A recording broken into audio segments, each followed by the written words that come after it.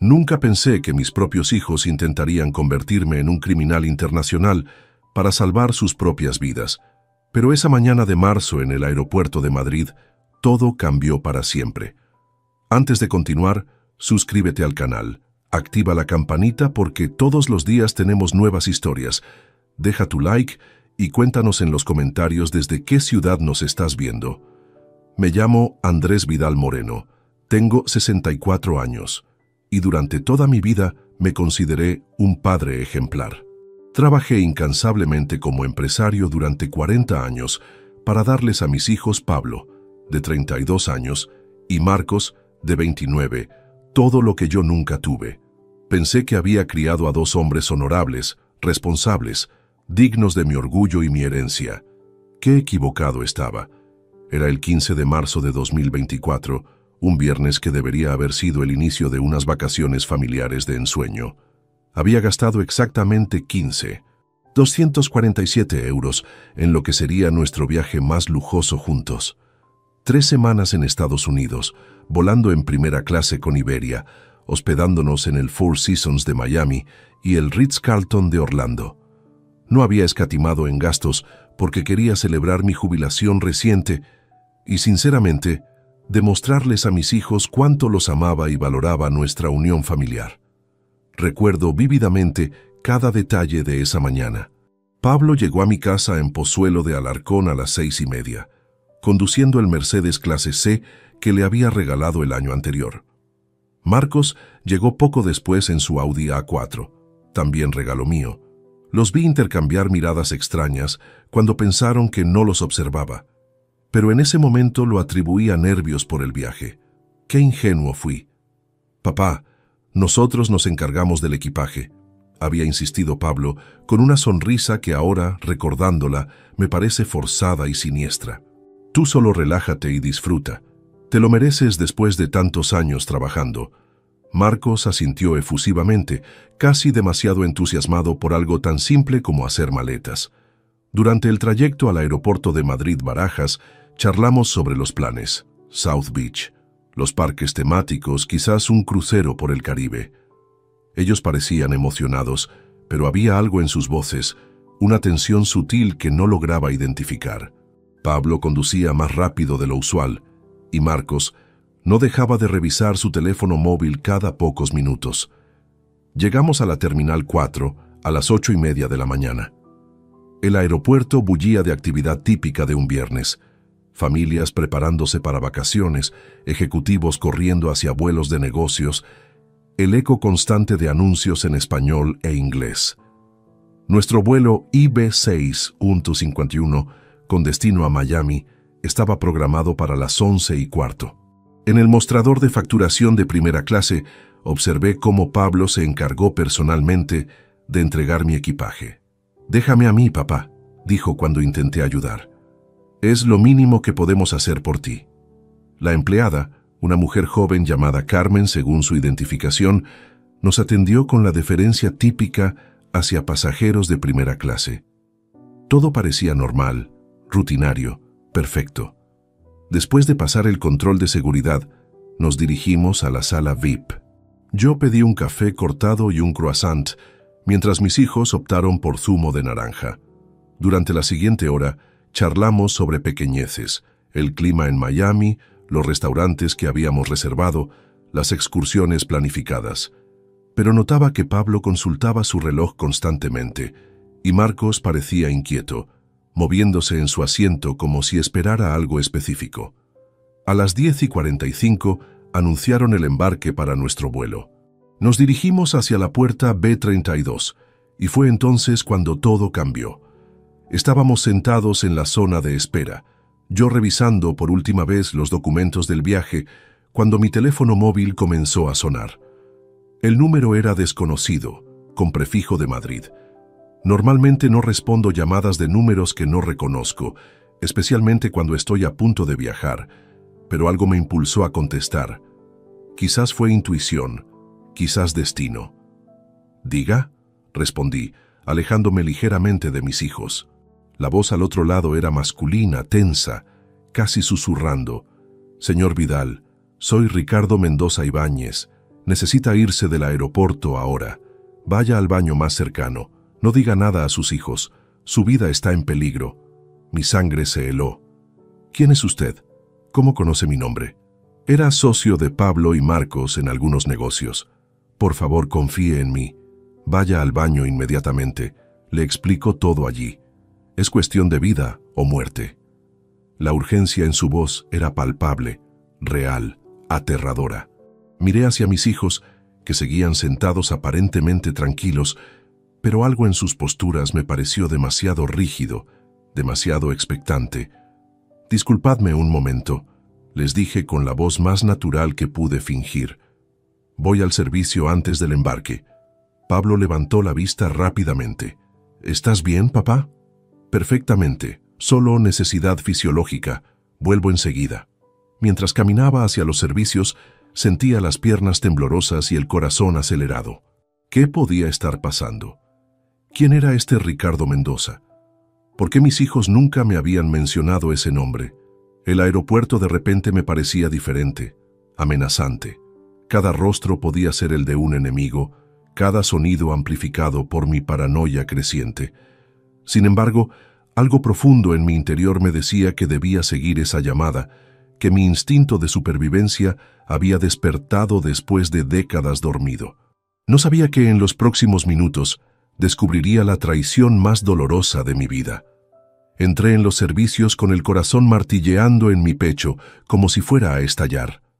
El lugar estaba relativamente vacío, solo un hombre mayor lavándose las manos y un joven revisando su teléfono en uno de los lavabos. Me dirigí hacia el fondo, fingiendo normalidad mientras esperaba que mi móvil volviera a sonar. No tuve que esperar mucho. A los 30 segundos exactos, el teléfono vibró en mi mano. «Señor Vidal, ¿estás solo?» La misma voz tensa de antes. «Sí, pero explíqueme qué demonios está pasando. ¿Quién es usted?» «Me llamo Ricardo Mendoza Ibáñez. Tengo 35 años y fui socio comercial de Pablo y Marcos durante los últimos 2 años. Ayer por la noche rompí definitivamente con ellos cuando descubrí lo que planeaban hacerle. Mi respiración se volvió irregular. ¿Qué planean hacerme?» «Señor Vidal, sus hijos han colocado drogas y un dispositivo sospechoso en su equipaje facturado. El plan es que usted sea arrestado como traficante internacional cuando llegue a Miami. Mientras esté preso, ellos accederán a su herencia mediante un abogado corrupto que ya tienen contratado». Las palabras me golpearon como puñetazos. Me aferré al lavabo para no tambalearme. «Eso es imposible. Mis hijos jamás...» «Señor Vidal, anoche me llamaron desesperados. Deben 80.000 euros a unos traficantes colombianos que los matarán si no pagan hoy mismo». Escuché la conversación telefónica completa cuando Pablo le confirmó a alguien: «Papá está en el aeropuerto. Cuando lo arresten, tendremos acceso inmediato a la herencia a través del abogado Ramírez». No pude seguir siendo cómplice de esto. Las piernas casi me fallaron. Me senté en el banco que había junto a los lavabos, tratando de procesar lo inconcebible. «¿Por qué me ayuda usted?» «Porque tengo principios, señor Vidal. Puedo ser muchas cosas, pero no voy a permitir que unos hijos destruyan a su propio padre. Además, yo también tengo un padre de su edad. No podría vivir conmigo mismo sabiendo que permití esto». Ricardo continuó explicándome con urgencia creciente. «Los vi ayer manipulando su equipaje en el garaje de Pablo. Marcos colocó 2 paquetes de cocaína envueltos en plástico negro, y Pablo instaló un dispositivo electrónico falso diseñado específicamente para activar las alarmas de seguridad en Estados Unidos. Querían asegurar su detención inmediata. Pero, ¿cómo van a justificar que ellos no sabían nada? Ya lo tienen calculado. Cuando usted sea arrestado, fingirán shock total. Pablo ha ensayado su actuación. Mi padre jamás haría algo así. Debe ser un error terrible. Marcos respaldará la historia. Contratarán al mejor abogado con su propio dinero para demostrar que son hijos amorosos, mientras el abogado corrupto sabotea su defensa para mantenerlo preso el mayor tiempo posible. La náusea me invadió completamente. Vomité en el lavabo más cercano, expulsando no solo el desayuno, sino también 40 años de amor paternal malentendido. Cuando logré recuperar la compostura, Ricardo siguió hablando. Señor Vidal, necesita salir del aeropuerto inmediatamente y denunciar esto a las autoridades. Yo puedo ser su testigo. Tengo grabaciones de audio de las conversaciones de anoche y fotografías del equipaje siendo manipulado. ¿Grabaciones? ¿Por qué grabó todo? Porque hace meses que sospechaba que Pablo y Marcos me estaban engañando en nuestros negocios conjuntos. Empecé a documentar todo por protección legal. Nunca imaginé que llegarían a tanto. Mientras Ricardo hablaba, recordé docenas de señales que había ignorado. Las visitas frecuentes pero breves de mis hijos en las últimas semanas, siempre preguntando por mis planes de viaje. Las insistencias de Pablo para que él manejara todo el equipaje. La forma en que Marcos había insistido en que este viaje era absolutamente necesario para fortalecer los lazos familiares. Ricardo, ¿cómo sé que puedo confiar en usted? ¿Y si esto es parte de algún plan más elaborado? Señor Vidal, en 5 minutos más van a anunciar el embarque final de su vuelo. Si fuera parte de un engaño, ¿no sería más fácil dejarle volar y que lo arrestaran en Miami? No tengo nada que ganar salvándolo. De hecho, estoy arriesgando mi pellejo porque los colombianos también me buscan por romper con Pablo y Marcos. Sus palabras tenían lógica terrible. ¿Qué sugiere que haga exactamente? Salga de los servicios como si nada hubiera pasado. Diríjase al mostrador de información y pida hablar inmediatamente con el inspector de seguridad, David Torres Morales. Dígale que tiene información urgente sobre un posible caso de tráfico de drogas. Mencione mi nombre como testigo dispuesto a colaborar. Yo estaré esperando en el café central de la Terminal 4, mesa número 7. ¿Y si mis hijos se dan cuenta de que algo pasa? Invente cualquier excusa médica. Diga que tiene dolor estomacal severo y necesita atención médica. Eso justificará que se aleje de ellos y busque ayuda oficial. Miré mi reflejo en el espejo. El hombre que me devolvía la mirada había envejecido 10 años en 10 minutos. Las arrugas parecían más profundas, los ojos más opacos, el rostro demacrado por la revelación más brutal de mi existencia. Ricardo, si todo esto es cierto, ¿cuánto tiempo llevaban planeándolo? Al menos 3 meses, señor Vidal. Pablo mencionó que habían estado estudiando sus rutinas, sus finanzas, sus contactos. Incluso contactaron a empleados de su antigua empresa para obtener información sobre sus cuentas bancarias y propiedades. La traición era más profunda de lo que había imaginado. No era un acto desesperado de última hora, sino una conspiración meticulosamente planificada durante meses. Mis propios hijos me habían estado cazando como depredadores, estudiando mis movimientos, esperando el momento perfecto para asestar el golpe final.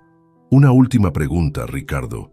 ¿Por qué eligieron este viaje específicamente? Porque Miami tiene las leyes antidrogas más severas de Estados Unidos. Una condena allí significaría mínimo 20 años de prisión, tiempo suficiente para que ellos liquiden completamente su patrimonio y desaparezcan con el dinero. Respiré profundamente, tratando de encontrar fuerzas en algún rincón de mi alma destrozada. Era hora de enfrentar la realidad más dolorosa de mi vida. Mis hijos no eran las personas que creía conocer. Eran extraños peligrosos, dispuestos a destruirme para salvar sus propias vidas. Salí de los servicios con una determinación que no sentía desde hacía décadas. Era hora de luchar por mi supervivencia.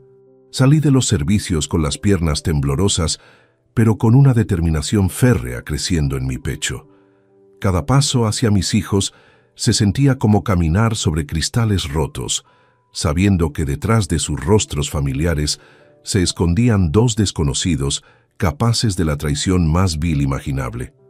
Pablo levantó la vista cuando me acerqué, con esa sonrisa que durante 32 años había interpretado como amor filial y que ahora reconocía como la máscara de un depredador calculador.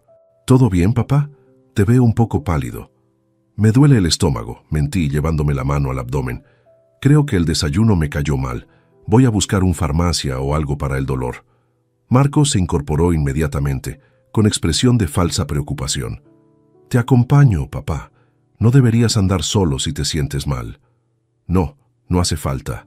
Mi voz sonó más firme de lo que esperaba. Quedaos vigilando las cosas. Solo voy a preguntar dónde hay un médico o algún servicio de asistencia. Vi cómo intercambiaron una mirada rápida, casi imperceptible, pero cargada de significado. Pablo asintió hacia Marcos con un gesto que ahora interpretaba como: «Perfecto, todo va según el plan. Claro, papá. Nosotros esperamos aquí. Si necesitas algo, llámanos inmediatamente», dijo Pablo, dándome una palmada en el hombro que me quemó como ácido. Me alejé de ellos sintiendo sus miradas clavadas en mi espalda. Cada paso me costaba un esfuerzo sobrehumano, fingiendo normalidad, mientras mi mundo interior se desmoronaba completamente.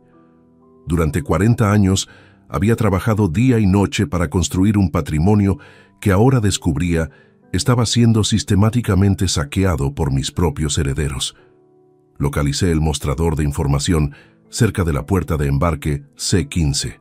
Una empleada joven de AENA, según su identificación se llamaba Beatriz Morales, me recibió con la sonrisa profesional típica del personal aeroportuario. «Buenos días, ¿en qué puedo ayudarle? Necesito hablar urgentemente con el inspector David Torres Morales del Servicio de Seguridad. Es una emergencia relacionada con tráfico de drogas». La sonrisa de Beatriz se desvaneció instantáneamente. Sus ojos se endurecieron y su postura cambió a modo alerta profesional. «¿Podría explicarme brevemente la naturaleza de la emergencia, señor? Mis hijos han colocado sustancias ilegales en mi equipaje facturado sin mi conocimiento. Tengo un testigo dispuesto a colaborar. Se llama Ricardo Mendoza Ibáñez y está esperando en el Café Central, mesa 7. Beatriz tomó su radio inmediatamente. «Control, necesito al inspector Torres en el mostrador de información sector C. Emergencia categoría roja. Posible caso de tráfico interno». En menos de 3 minutos, apareció un hombre de aproximadamente 50 años, complexión atlética, vestido con traje oscuro y una placa dorada colgando del cuello. Sus ojos grises me evaluaron con la intensidad de alguien acostumbrado a detectar mentiras y amenazas. «Soy el inspector David Torres Morales. ¿Usted reportó una situación de tráfico de drogas?» «Así es. Me llamo Andrés Vidal Moreno, vuelo IB61251 con destino Miami.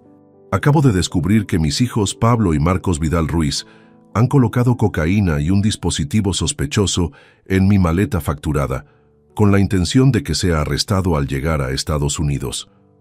Torres me estudió con expresión inescrutable. «Señor Vidal, ¿comprende la gravedad de lo que está denunciando? Está acusando a sus propios hijos de conspiración para tráfico internacional». «Completamente. Y tengo un testigo que puede corroborar todo, Ricardo Mendoza Ibáñez, quien era socio comercial de mis hijos y presenció la manipulación del equipaje ayer por la noche». El inspector hizo una seña a 2 agentes de seguridad que se habían acercado discretamente. «Rodríguez, vaya inmediatamente al Café Central, mesa 7, y traiga a Ricardo Mendoza Ibáñez para interrogatorio. García, active el protocolo de emergencia para el vuelo IB615T1. Torres se dirigió nuevamente hacia mí. «Señor Vidal, necesito que me acompañe a una sala privada para tomar su declaración completa. ¿Sus hijos saben que está haciendo esta denuncia?» «No. Les dije que tenía dolor estomacal y que buscaba asistencia médica». «Perfecto. Mantendremos esa versión hasta que podamos verificar su historia». Torres habló por su radio. «Control, necesito revisar inmediatamente las grabaciones de seguridad del área de facturación de primera clase, mostrador de Iberia, entre las 08:30 y 09:00 horas. Busquen manipulación sospechosa de equipaje». Mientras caminábamos hacia las oficinas de seguridad, Torres continuó haciendo preguntas precisas. ¿Qué tipo de relación comercial tenían sus hijos con el señor Mendoza? Hasta hace una hora no sabía ni que existía. Según él, eran socios en negocios que nunca me mencionaron. Aparentemente, han acumulado deudas enormes con traficantes colombianos. ¿Cuánto dinero está en juego? Ricardo mencionó 80.000 euros que deben a los colombianos, más todo mi patrimonio personal que intentan heredar anticipadamente. Torres se detuvo abruptamente. ¿Su patrimonio personal? ¿De qué cantidad estamos hablando? entre propiedades, cuentas bancarias, inversiones y la empresa que vendí el año pasado, aproximadamente 2.300.000 euros. Los ojos del inspector se endurecieron aún más. Señor Vidal, si sus acusaciones son ciertas, no estamos hablando solo de tráfico de drogas. Es una conspiración de fraude patrimonial a gran escala. Entramos en una sala pequeña con mesa metálica, 2 sillas y una cámara de videovigilancia en el techo. Torres activó una grabadora digital y comenzó el interrogatorio formal. Son las 11:02 horas del 15 de marzo de 2024. Inspector David Torres Morales, interrogando a Andrés Vidal Moreno por denuncia de tráfico de drogas y conspiración familiar. Señor Vidal, reláteme exactamente cómo se enteró de la situación. Durante los siguientes 20 minutos, narré toda la conversación con Ricardo, cada detalle que recordaba, cada sospecha que había tenido en las últimas semanas. Torres tomaba notas meticulosas, interrumpiéndome ocasionalmente para aclarar fechas, nombres o circunstancias específicas. A media entrevista, sonó su radio. Inspector Torres, tenemos a Ricardo Mendoza en custodia. Solicita hablar inmediatamente con usted. Dice que tiene material audiovisual comprometedor. Tráiganlo a la sala B. Vamos a confrontar ambas versiones. 5 minutos después, entraron con Ricardo. Era un hombre delgado, de complexión nerviosa, con ojeras pronunciadas que delataban noches de insomnio. Sus manos temblaban ligeramente cuando se sentó frente a nosotros. Señor Mendoza, comenzó Torres, el señor Vidal ha hecho acusaciones muy graves contra sus hijos. ¿Puede corroborar su historia? Ricardo sacó su teléfono móvil con manos temblorosas. Inspector, tengo aquí grabaciones de audio de las conversaciones de anoche y también fotografías del equipaje siendo manipulado. Torres examinó el dispositivo. ¿Cómo obtuvo este material?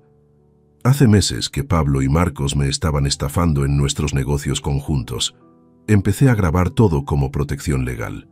Cuando descubrí el plan contra su padre, decidí que no podía ser cómplice. El inspector reprodujo una de las grabaciones. La voz de Pablo resonó claramente en la habitación. Cuando papá esté preso en Miami, tendremos acceso inmediato a todo su dinero. El abogado Ramírez ya tiene los papeles preparados para demostrar nuestra capacidad económica, comprometida por su situación legal. Mi corazón se detuvo al escuchar a mi propio hijo planificar mi destrucción con la frialdad de un empresario calculando beneficios. Torres me miró con expresión grave. Señor Vidal, lamento decirle que su denuncia parece completamente verosímil. Las grabaciones continuaron reproduciéndose en esa sala fría y aséptica, pero cada palabra que salía del dispositivo de Ricardo era como una puñalada directa al corazón. La voz de Marcos se escuchó clara y calculadora. El dispositivo falso garantizará que los perros detectores reaccionen inmediatamente en Miami. Papá no tendrá escapatoria posible. Torres pausó la grabación y me miró con una mezcla de profesionalismo y compasión humana. Señor Vidal, necesito que comprenda que lo que estamos escuchando constituye evidencia de una conspiración criminal de primer grado. Sus hijos no solo planearon incriminarlo, sino destruir completamente su reputación y libertad. Ricardo, sudando profusamente a pesar del aire acondicionado, añadió detalles que helaron mi sangre. Inspector, también fotografié el proceso completo. Pablo utilizó guantes quirúrgicos para manipular los paquetes de cocaína, mientras Marcos instalaba el dispositivo electrónico en el forro interior de la maleta. Calcularon hasta el último detalle para evitar dejar huellas dactilares. El inspector examinó las fotografías en el teléfono de Ricardo.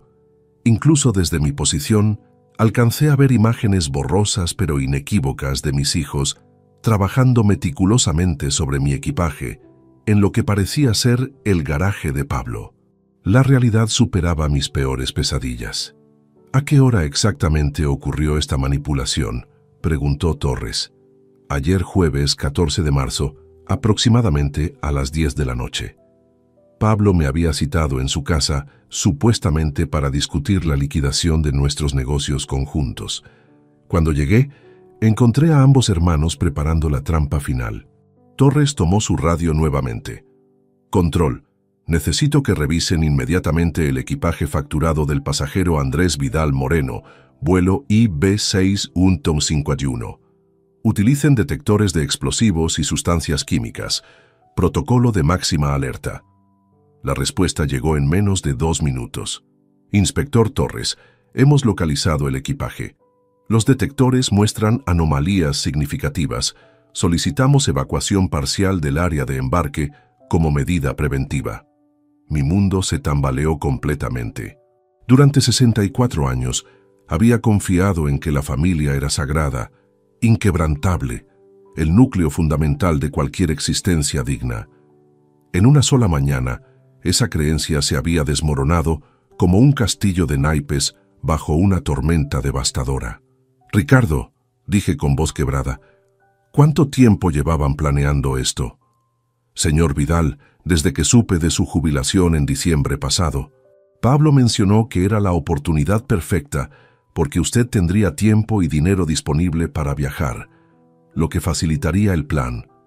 Han estado estudiando rutas aéreas, legislaciones internacionales sobre drogas, incluso contactaron empleados de aerolíneas para entender los protocolos de seguridad». Torres interrumpió. «¿Empleados de aerolíneas? ¿Tiene nombres o evidencias de esos contactos?» «Carmen Delgado, del mostrador de facturación de Iberia. Pablo la contactó la semana pasada, haciéndose pasar por consultor de seguridad aeroportuaria. Obtuvo información sobre procedimientos de revisión de equipajes y horarios de cambio de turno. La meticulosidad de la conspiración me aterrorizaba más que la traición misma. No había sido un acto impulsivo de hijos desesperados, sino una operación planificada con precisión militar durante meses enteros. Cada conversación familiar de los últimos tiempos había sido una actuación calculada para mantenerme confiado e inconsciente del peligro. «Inspector Torres», pregunté con voz temblorosa, «¿qué habría pasado si Ricardo no me hubiera alertado?» Según las leyes estadounidenses, el transporte de 2 kilogramos de cocaína más un dispositivo sospechoso constituye terrorismo narco. Estaría enfrentando entre 25 y 30 años de prisión federal sin posibilidad de libertad condicional. 30 años. A mi edad equivalía a una sentencia de muerte. Mis hijos habían calculado fríamente que yo moriría en una cárcel estadounidense, permitiéndoles heredar sin obstáculos legales y liquidar mis bienes para pagar sus deudas criminales. La radio de Torres crepitó nuevamente. «Inspector, confirmamos presencia de sustancias ilegales y dispositivo electrónico en el equipaje del señor Vidal. Iniciamos protocolo de evacuación. Los hijos del denunciante están siendo monitoreados discretamente en la puerta B32. ¿Monitoreados?», pregunté alarmado. «Tenemos agentes encubiertos observando sus reacciones. Si intentan huir o alertar a otros cómplices, serán detenidos inmediatamente». Ricardo se inclinó hacia adelante con expresión angustiada. «Señor Vidal, hay algo más que debe saber. Pablo y Marcos ya gastaron anticipadamente parte de su herencia. Compraron propiedades en Colombia, usando documentos falsificados con su firma. Si este plan hubiera funcionado, usted no solo habría ido a prisión, sino que habría perdido hasta la última propiedad». Las náuseas me invadieron nuevamente. Propiedades en Colombia, con mi firma falsificada, un apartamento en Cartagena valorado en 120.000 euros y un terreno en Medellín por 60.000 euros. Tengo copias de los contratos porque Pablo me pidió que actuara como testigo falso, pero me negué. Torres tomó notas frenéticamente. «Necesitaré todas esas copias como evidencia. Estamos ante un caso de falsificación documental internacional, además del tráfico y la conspiración. Por primera vez en mi vida adulta, lloré sin control frente a extraños. Décadas de amor paternal, sacrificios económicos, noches desvelado preocupándome por el bienestar de Pablo y Marcos, todo se había convertido en combustible para alimentar su traición más absoluta. «¿Por qué?», murmuré entre lágrimas. «Les di todo lo que tenía, todo lo que era. ¿Por qué llegaron a este extremo?». Ricardo me miró con compasión genuina. «Señor Vidal, sus hijos se convirtieron en adictos al juego online durante la pandemia. Perdieron primero sus ahorros, después pidieron préstamos bancarios, luego recurrieron a prestamistas ilegales. Cuando las deudas superaron sus capacidades, los colombianos los amenazaron con torturar y matar a toda la familia, incluyéndolo a usted. ¿Entonces me sacrificaban para salvar mi propia vida? Según ellos, era la única solución. Pablo decía, «Papá vivirá cómodamente en prisión estadounidense. Nosotros pagaremos las deudas y en 20 años podremos visitarlo como héroes que salvaron a la familia». La lógica retorcida de mis hijos me dejó sin palabras. Habían racionalizado mi destrucción como un acto de amor familiar, convenciéndose de que arruinar mi libertad era preferible a que los traficantes cumplieran sus amenazas letales. Torres se levantó bruscamente. «Señor Vidal, necesito que permanezca aquí mientras coordinamos la detención. Sus hijos serán arrestados en los próximos minutos». A través de la ventana de la sala, observé la actividad frenética del aeropuerto. Agentes de seguridad se movían discretamente entre los pasajeros, preparándose para lo que sería el final definitivo de mi familia, tal como la había conocido durante toda mi existencia. El hombre que había entrado en ese aeropuerto como padre orgulloso ya no existía. En su lugar quedaba un superviviente que acababa de descubrir que sus depredadores más peligrosos llevaban su apellido y habían compartido su mesa durante décadas. A través del cristal blindado de la sala de interrogatorios, presencié el espectáculo más devastador de mi existencia. Los altavoces del aeropuerto comenzaron a emitir anuncios de evacuación parcial. Atención pasajeros del vuelo IB6.51. Por razones de seguridad, soliciten dirigirse a las áreas señalizadas por el personal uniformado. Torres mantenía contacto constante con sus equipos a través de un auricular inalámbrico. Agente Méndez, posición de los sospechosos. Inspector, Pablo Vidal, se muestra nervioso. Consulta repetidamente su reloj. Marcos Vidal intenta llamar por teléfono pero no obtiene respuesta. Ambos miran hacia la zona de servicios esperando el regreso de su padre. Cada palabra que escuchaba me partía el alma. Mis hijos esperaban mi regreso para culminar su obra maestra de traición, completamente ajenos a que su castillo de mentiras se desmoronaba irremediablemente. Ricardo, sentado a mi lado, temblaba visiblemente. «Señor Vidal, cuando los arresten van a culparme de todo. Dirán que yo los manipulé, que inventé esta historia para incriminarlo». «¿Tiene más pruebas que puedan protegerlo?», preguntó Torres. «Tengo extractos bancarios que demuestran las transferencias que Pablo y Marcos hicieron hacia cuentas colombianas. También mensajes de WhatsApp, donde discuten los detalles del plan y mi negativa a participar cuando descubrí que involucraría al padre». Torres revisó rápidamente los mensajes en el teléfono de Ricardo. Leo, por encima de su hombro, uno particularmente escalofriante enviado por Pablo. «Ricardo, papá tiene que caer. Los colombianos dijeron que si no pagamos hoy, matarán primero a mamá, después a papá, y finalmente a nosotros. Es él o toda la familia». La mención de Cristina, mi exesposa y madre de mis hijos, agregó una dimensión aún más siniestra al horror. ¿También amenazaron a su madre? Sí, confirmó Ricardo. Por eso Pablo justificaba todo diciendo que sacrificar su libertad salvaba 3 vidas. Marcos inicialmente se opuso, pero cuando los traficantes enviaron fotografías de la casa de Cristina y detalles de su rutina diaria, cedió completamente. Torres interrumpió la conversación.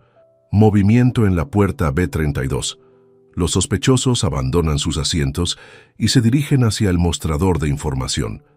Mi corazón se aceleró. ¿Vienen hacia acá? Probablemente buscan información sobre su paradero. Han pasado 45 minutos desde que se alejó de ellos, fingiendo malestar estomacal. La voz de Pablo llegó clara a través de la radio del inspector. «Disculpe, estamos buscando a nuestro padre. Dijo que tenía dolor de estómago y fue a buscar asistencia médica, pero no regresa. Nos preocupa que le haya pasado algo». La actuación era perfecta. Preocupación filial genuina, angustia por el bienestar paterno, incluso un temblor calculado en la voz. Si yo no conociera la verdad, habría sido conmovido por tan convincente demostración de amor familiar. Agente Rodríguez, mantenga vigilancia discreta. No permitan que abandonen el aeropuerto bajo ninguna circunstancia, ordenó Torres.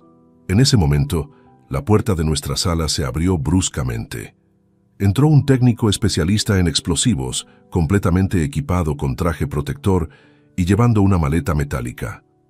Inspector Torres, hemos completado el análisis del equipaje del señor Vidal.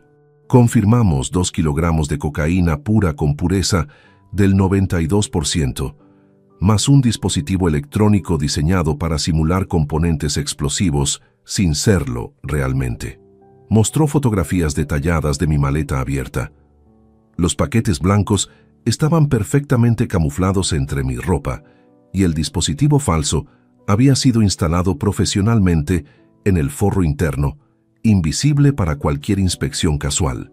El dispositivo está programado para activar señales de alarma específicamente en los detectores estadounidenses modelo X7500, utilizados en todos los aeropuertos de Miami, Nueva York y Los Ángeles. Quien lo diseñó conoce perfectamente los sistemas de seguridad norteamericanos. Torres me miró gravemente. Señor Vidal, si hubiera abordado ese avión, su destino habría sido sellado antes del despegue. La sofisticación de esta operación sugiere contactos internacionales de alto nivel. Ricardo asintió confirmando. Pablo mencionó que contactaron a un exingeniero electrónico colombiano especializado en sistemas de seguridad aeroportuaria. Le pagaron 5.000 euros por diseñar el dispositivo perfecto para garantizar detección inmediata, pero sin causar explosión real. ¿5.000 euros? ¿De dónde sacaron ese dinero? De la venta del Rolex que usted le regaló a Pablo por su cumpleaños el año pasado. También vendieron las acciones de la empresa familiar que usted les había transferido como adelanto de herencia. Cada revelación era una nueva traición. No solo habían planificado mi destrucción, sino que habían financiado esa conspiración vendiendo regalos que representaban décadas de mi amor y confianza hacia ellos. La radio crepitó nuevamente. Inspector, los sospechosos se dirigen hacia la salida principal. Repito, Pablo y Marcos Vidal intentan abandonar el aeropuerto. Todos los equipos proceder con detención inmediata. Código rojo, sospechosos en fuga. Torres se incorporó rápidamente. Señor Vidal, ha llegado el momento. Sus hijos serán arrestados en los próximos segundos. A través de las cámaras de seguridad conectadas a un monitor en nuestra sala, observé la escena final. Pablo y Marcos caminaban apresuradamente hacia la salida cuando fueron rodeados por 8 agentes de paisano. La expresión de shock absoluto en sus rostros cuando les mostraron las placas policiales hubiera sido cómica si no representara el colapso definitivo de mi mundo familiar. Pablo intentó correr, pero fue placado inmediatamente contra el suelo. Marcos levantó las manos gritando algo que no alcanzamos a escuchar, pero su expresión de pánico era inequívoca. Ambos fueron esposados con rapidez profesional, mientras decenas de pasajeros observaban la escena con curiosidad morbosa. Agente Fernández a Inspector Torres, sospechosos detenidos sin incidentes. Pablo Vidal presentó resistencia menor. Marcos Vidal se entregó voluntariamente. Ambos solicitan abogado y niegan conocimiento de actividades ilícitas. Torres sonrió amargamente. Por supuesto que lo niegan. Ahora comienza la fase más difícil, conseguir confesiones completas. Ricardo me tocó el brazo suavemente. Señor Vidal, sé que esto es devastador, pero acaba de salvar su propia vida. Sus hijos lo habrían destruido sin remordimiento alguno. Miré nuevamente las imágenes de Pablo y Marcos siendo conducidos esposados hacia los vehículos policiales. Estos no eran los niños que había criado, educado, amado incondicionalmente durante décadas. Eran criminales capaces de cualquier atrocidad para proteger sus propios intereses. ¿Qué pasará ahora?, pregunté con voz quebrada. Interrogatorios individuales, confrontación con las pruebas, posiblemente confesiones parciales cuando comprendan que no tienen escapatoria, explicó Torres. Ricardo deberá testificar como testigo protegido. Usted será considerado víctima, no sospechoso. Víctima, la palabra sonaba extraña aplicada a mí. Durante toda mi vida había sido el protector, el proveedor, el patriarca fuerte de la familia. Ahora me convertía en víctima de quienes debían protegerme y honrarme.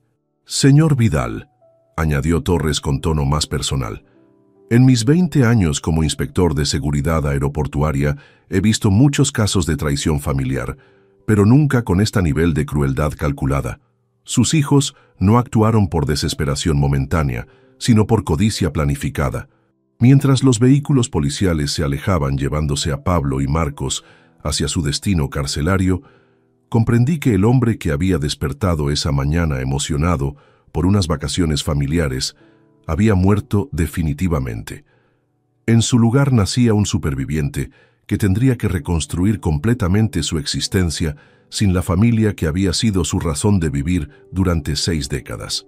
La traición más dolorosa no era solo que hubieran intentado destruirme, sino que lo hubieran hecho convencidos de actuar correctamente. 4 horas después del arresto, me encontraba en una sala de espera del complejo policial de Barajas, aguardando noticias sobre los interrogatorios de Pablo y Marcos. Torres había insistido en mantenerme informado del progreso, considerando mi condición de víctima principal y testigo clave del proceso. El ambiente era tenso y frío. Cada minuto que transcurría sentía como una eternidad cargada de revelaciones dolorosas que aún estaban por venir. Ricardo permanecía a mi lado, igualmente nervioso, fumando cigarrillo tras cigarrillo a pesar de las prohibiciones del edificio. «Señor Vidal», me dijo con voz entrecortada, «necesita prepararse mentalmente para lo que van a confesar sus hijos. La realidad es peor de lo que imaginamos inicialmente». Antes de que pudiera responder, Torres entró en la sala con expresión grave y un folder repleto de documentos. Su rostro delataba el cansancio de alguien que había presenciado testimonios perturbadores durante horas consecutivas. «Andrés, lamento interrumpir su descanso, pero necesito informarle sobre los avances del caso». Pablo quebró después de 2 horas de interrogatorio. Su confesión es devastadora. Se sentó frente a nosotros y abrió el expediente. Las primeras páginas contenían transcripciones mecanografiadas de declaraciones oficiales, pero lo que más me impactó fueron fotografías de documentos bancarios, contratos inmobiliarios y correspondencia electrónica. Su hijo mayor admitió que la conspiración comenzó en octubre de 2023, inmediatamente después de que usted anunciara su jubilación definitiva. Inicialmente planeaban solicitar préstamos usando sus propiedades como garantía, pero cuando las deudas de juego superaron cualquier expectativa racional, recurrieron a métodos más extremos. Torres me mostró extractos bancarios que helaron mi sangre. Durante los últimos 6 meses, Pablo y Marcos sustrajeron sistemáticamente 243.000 euros de sus cuentas corrientes y de ahorro mediante transferencias electrónicas autorizadas con firmas falsificadas. ¿243.000 euros? Mi voz apenas era un susurro ahogado.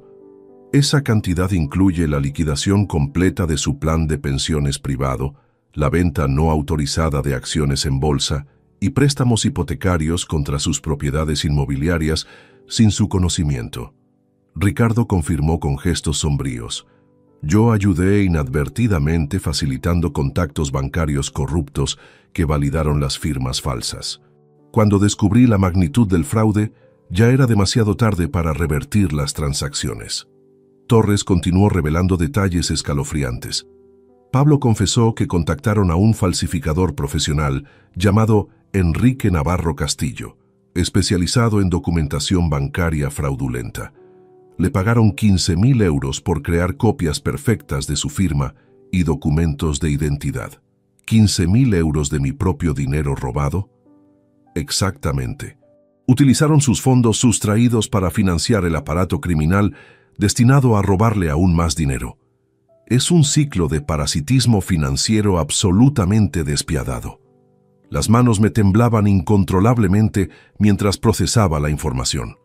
No solo habían intentado incriminarme como traficante internacional, sino que habían estado saqueando meticulosamente mi patrimonio durante medio año completo. Inspector Torres, ¿Qué reveló Marcos durante su interrogatorio? Marcos inicialmente intentó culpar completamente a Pablo, alegando que había sido manipulado y amenazado.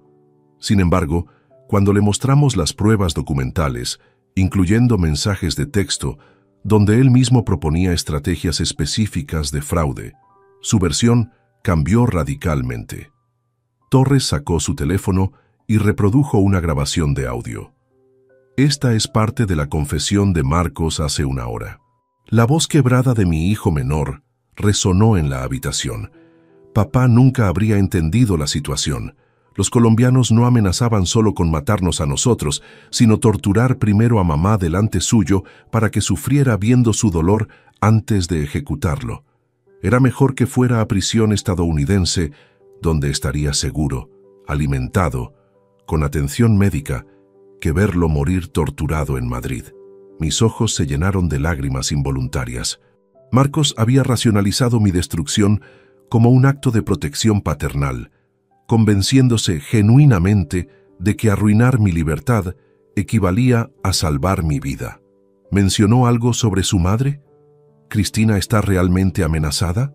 Según Marcos, los traficantes colombianos tienen fotografías detalladas de la rutina diaria de su exesposa, horarios de trabajo, rutas habituales, lugares frecuentados.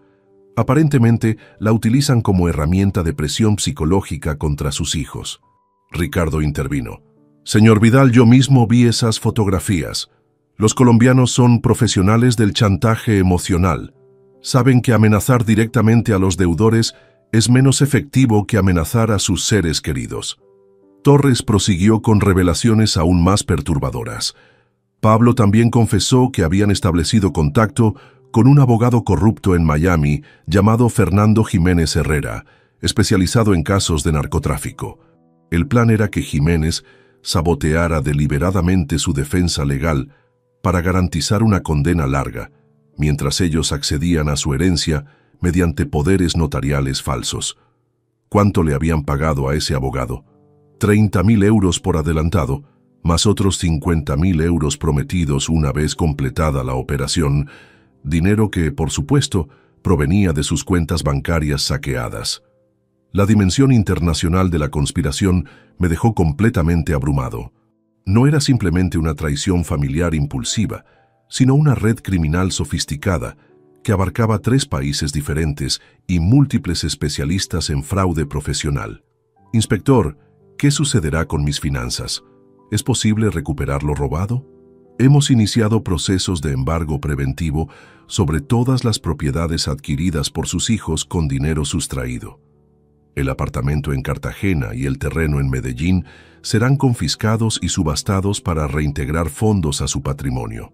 Torres me mostró fotografías de las propiedades colombianas, un apartamento lujoso frente al mar y un terreno de 5 hectáreas en zona residencial exclusiva. Ambas inversiones habían sido realizadas usando documentación falsificada con mi identidad. También recuperaremos los vehículos que usted les regaló. El Mercedes de Pablo y el Audi de Marcos serán vendidos judicialmente. Estimamos una recuperación del 60 al 70% de lo sustraído. ¿Y el otro 30%? Perdido definitivamente en apuestas online, pagos a prestamistas ilegales, sobornos a funcionarios corruptos y gastos operativos de la conspiración. Lamentablemente, ese dinero nunca será recuperable. Ricardo se inclinó hacia mí con expresión compungida. Señor Vidal, hay algo más que debe saber sobre las apuestas de sus hijos. No perdieron el dinero por mala suerte o adicción descontrolada. Fueron estafados deliberadamente por una organización criminal que utiliza plataformas de juego manipuladas para atraer víctimas adineradas. ¿Estafados? ¿Cómo es posible? Los colombianos operan casinos online falsos que permiten ganar inicialmente pequeñas cantidades para generar confianza. Después, manipulan algoritmos para garantizar pérdidas masivas. Pablo y Marcos cayeron en la trampa completamente. Torres confirmó. Es un modus operandi conocido. Organizaciones criminales internacionales identifican hijos de empresarios adinerados, los seducen con ganancias iniciales, después los endeudan hasta convertirlos en esclavos dispuestos a cualquier crimen para saldar compromisos. La complejidad de la manipulación criminal que había victimizado a mis hijos me generó sentimientos contradictorios. Por un lado, comprendía que habían sido victimizados por delincuentes profesionales. Por otro lado, no podía perdonar que hubieran elegido victimizarme a mí en lugar de buscar ayuda honesta. ¿Qué penas enfrentan Pablo y Marcos? Considerando tráfico internacional de drogas, falsificación documental, fraude bancario sistemático y conspiración criminal organizada, Pablo enfrentará entre 8 y 10 años de prisión. Marcos, por ser considerado cómplice menor, recibirá entre 5 y 7 años. 10 años. Mi hijo mayor pasaría la siguiente década en prisión por intentar destruir a su propio padre. La ironía era amarga. Habían buscado acceso inmediato a mi herencia, pero ahora perderían los mejores años de sus vidas encerrados en celdas. Inspector Torres, ¿puedo verlos? ¿Hablar con ellos antes de que sean trasladados a prisión preventiva? Torres me observó con compasión profesional. Legalmente es posible, pero debo advertirle que ambos mantienen actitudes manipuladoras. Intentarán convencerlo de que todo fue por amor familiar, buscando generar lástima para obtener su perdón y posible ayuda legal. La decisión más difícil de mi vida se presentaba ante mí: enfrentar cara a cara a los hijos que habían intentado destruirme, sabiendo que ya no eran las personas que creía conocer, sino extraños peligrosos dispuestos a sacrificar todo por salvar sus propias vidas. La decisión de enfrentar a Pablo y Marcos cara a cara podía esperar. Primero necesitaba comprender completamente la magnitud del desastre financiero que habían provocado en mi patrimonio. Torres me había facilitado el contacto de Miguel Serrano González, un abogado especializado en recuperación de activos y fraudes familiares. 3 días después del arresto, me reuní con Serrano en su despacho del Distrito Financiero madrileño. Era un hombre meticuloso, de aproximadamente 50 años, con la reputación de ser implacable recuperando dinero robado por familiares deshonestos. «Señor Vidal», comenzó Serrano, mientras revisaba un expediente voluminoso, «he analizado exhaustivamente toda la documentación proporcionada por la policía. La situación es grave, pero no irreversible. Sus hijos cometieron errores fundamentales que facilitarán la recuperación de gran parte de lo sustraído». Serrano extendió sobre su escritorio copias de todos los documentos bancarios intervenidos durante las investigaciones. La cantidad de paperwork era abrumadora: extractos, transferencias, contratos fraudulentos, correspondencia electrónica, fotografías de propiedades. El error principal de Pablo fue mantener un registro digital completo de todas las transacciones ilícitas. Aparentemente creía que borrando historiales bancarios eliminaría las pruebas, pero conservó copias de seguridad en un disco duro externo que la policía confiscó durante el registro de su domicilio. Me mostró una lista detallada de transacciones que abarcaba desde octubre de 2023 hasta marzo de 2024. Cada entrada representaba una puñalada financiera: transferencias de 20.000 euros aquí, liquidaciones de inversiones allá, préstamos hipotecarios no autorizados por cantidades escalofriantes. ¿Cómo lograron falsificar mi firma tan perfectamente? Contrataron los servicios de Enrique Navarro Castillo, un falsificador profesional con antecedentes por estafas similares. Navarro utilizó técnicas forenses avanzadas, análisis de presión de escritura, velocidad de trazado, inclinaciones características. Básicamente, estudió muestras de su firma durante semanas hasta dominar cada detalle. Serrano me mostró ejemplos comparativos entre mis firmas auténticas y las falsificaciones. La similitud era perturbadora. Incluso yo mismo habría tenido dificultades distinguiendo las diferencias sin análisis técnico especializado. ¿Dónde obtuvieron muestras de mi firma para que Navarro las estudiara? De documentos familiares que tenían acceso legal, contratos de regalo de los automóviles, escrituras de propiedades compartidas, testamentos anteriores, incluso felicitaciones de cumpleaños firmadas que habían conservado durante años. La premeditación de la estafa me resultaba cada vez más chocante. Habían utilizado recuerdos sentimentales, gestos de amor paternal, como herramientas para perfeccionar mi propia destrucción financiera. Miguel, ¿qué procedimientos legales podemos iniciar para recuperar los fondos?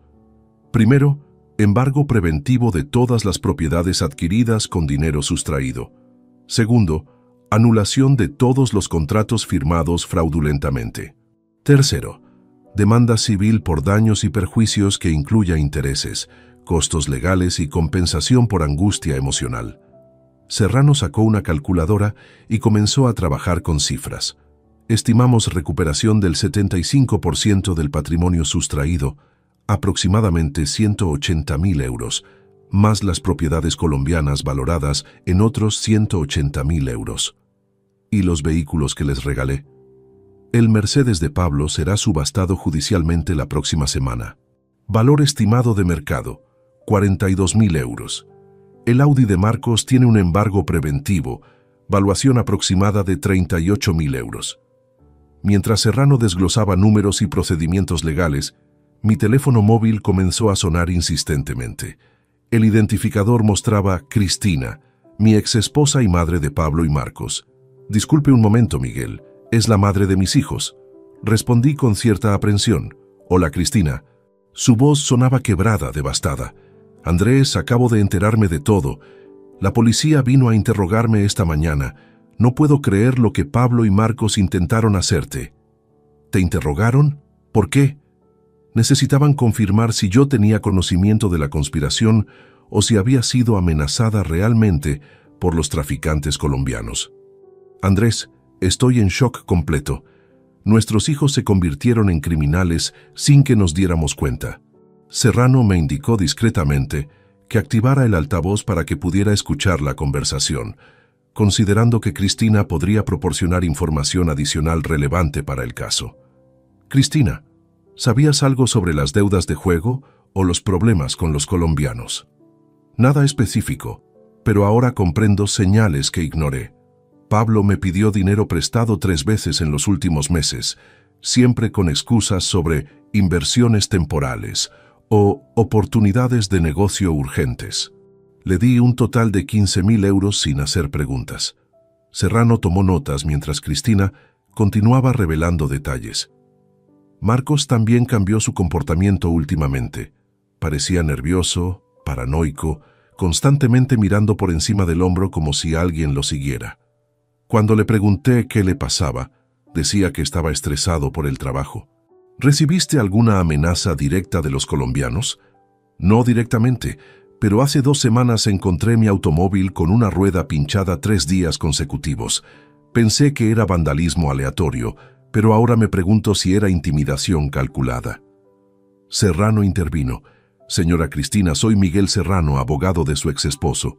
¿Conserva alguna comunicación escrita donde Pablo o Marcos le solicitaran dinero o mencionaran problemas financieros? Sí, tengo mensajes de WhatsApp y correos electrónicos. ¿Pueden ser útiles como evidencia? Absolutamente. Necesitamos documentar todos los intentos de obtener dinero de familiares para completar el panorama del fraude sistemático. Cristina suspiró profundamente. Andrés, hay algo más que debo contarte. La semana pasada Pablo me preguntó si tú habías mencionado algún viaje internacional próximo. Le dije sobre las vacaciones a Estados Unidos porque pensé que era curiosidad filial normal. Te preguntó detalles específicos sobre el viaje, fechas exactas, aerolínea, horarios de vuelos, incluso el hotel donde se hospedarían. También quiso saber si habías actualizado recientemente tu testamento o si habías hecho cambios en tus cuentas bancarias. Las preguntas de Pablo habían sido reconocimiento previo para perfeccionar la operación criminal. Incluso había utilizado a su propia madre como fuente inconsciente de información estratégica. Serrano comentó: esto demuestra premeditación extensa. No fue una conspiración improvisada, sino una operación planificada meticulosamente durante meses. Miguel, pregunté, ¿qué opciones tengo respecto al contacto futuro con Pablo y Marcos? Legalmente, puede optar por corte completo de comunicación, visitas supervisadas en prisión o reconciliación gradual después de cumplir condenas. Sin embargo, recomiendo establecer límites claros que protejan su patrimonio contra futuras manipulaciones. Cristina interrumpió. Andrés, sé que esto es devastador, pero siguen siendo nuestros hijos. Cometieron errores terribles, pero quizás después de años en prisión puedan reflexionar y cambiar genuinamente. Cristina, no fueron errores. Intentaron destruir mi vida completamente para salvar las suyas. Eso no es amor filial desesperado, es egoísmo criminal calculado. Serrano añadió perspectiva legal. Señor Vidal, estadísticamente, familiares que cometen fraudes patrimoniales de esta magnitud tienden a reincidir si no enfrentan consecuencias definitivas. La misericordia prematura frecuentemente resulta en victimización repetida. ¿Qué me recomienda? Corte temporal completo de contacto hasta que cumplan sus condenas íntegramente. Después, evaluación psicológica profesional antes de considerar cualquier reconciliación. Sus finanzas deben permanecer completamente inaccesibles para ellos indefinidamente. Cristina protestó. Miguel, está hablando de años sin contacto familiar. No es demasiado severo. Señora, sus hijos estuvieron dispuestos a que su exesposo pasara 30 años en prisión estadounidense. La severidad de sus acciones justifica consecuencias proporcionales. La conversación continuó durante otra hora, explorando opciones legales, implicaciones emocionales y estrategias de protección patrimonial. Cuando terminamos, mi decisión estaba cristalizada. Pablo y Marcos habían forfeiteado el derecho a mi confianza, mi dinero y mi presencia en sus vidas. La reconstrucción de mi existencia comenzaría sin ellos, protegiéndome contra futuras traiciones familiares que antes habría considerado inimaginables. Una semana después de mi reunión con Serrano, finalmente tomé la decisión más difícil de mi existencia: visitar a Pablo y Marcos en el centro penitenciario Madrid-Alcalá Meco, donde permanecían en prisión preventiva esperando juicio. El proceso había sido agilizado debido a la gravedad de los cargos y la evidencia abrumadora en su contra. El viaje en automóvil hasta la prisión fue uno de los más largos de mi vida, aunque apenas duró 40 minutos. Cada kilómetro recorrido me alejaba más del padre amoroso que había sido durante décadas y me acercaba al hombre endurecido en quien me estaba convirtiendo por necesidad de supervivencia. Las instalaciones penitenciarias eran exactamente lo que esperaba: muros grises, alambradas, torres de vigilancia y un ambiente general de desesperanza institucionalizada. El proceso de registro fue humillante pero necesario. Identificación múltiple, detector de metales, revisión corporal superficial, confiscación temporal de objetos personales. La sala de visitas era un espacio rectangular con mesas metálicas atornilladas al suelo y sillas de plástico naranja desgastado.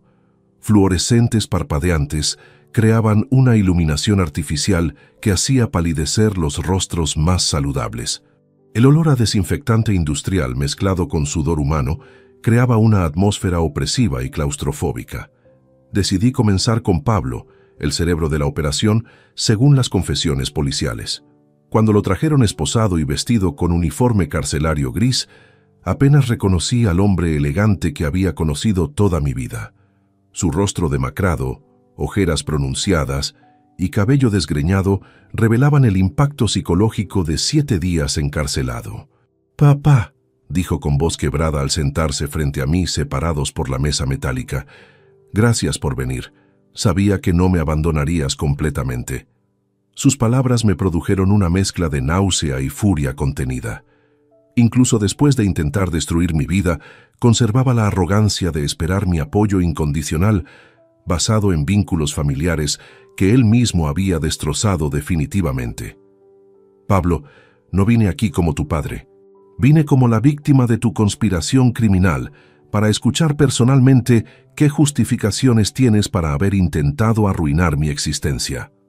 Su expresión cambió inmediatamente de esperanza a manipulación calculada.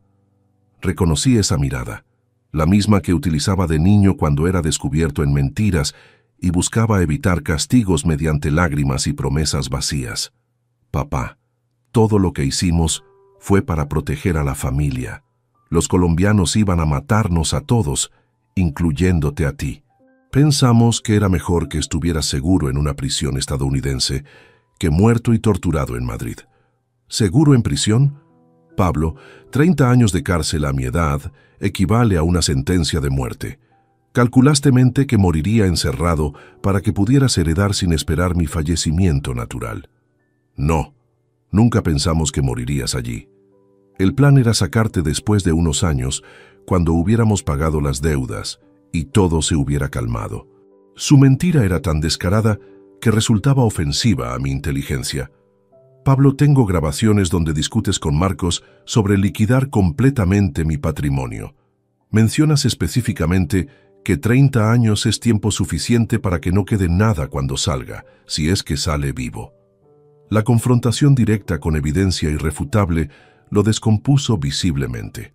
Sus hombros se hundieron y por primera vez mostró algo parecido a remordimiento genuino, aunque probablemente solo era frustración por haber sido descubierto.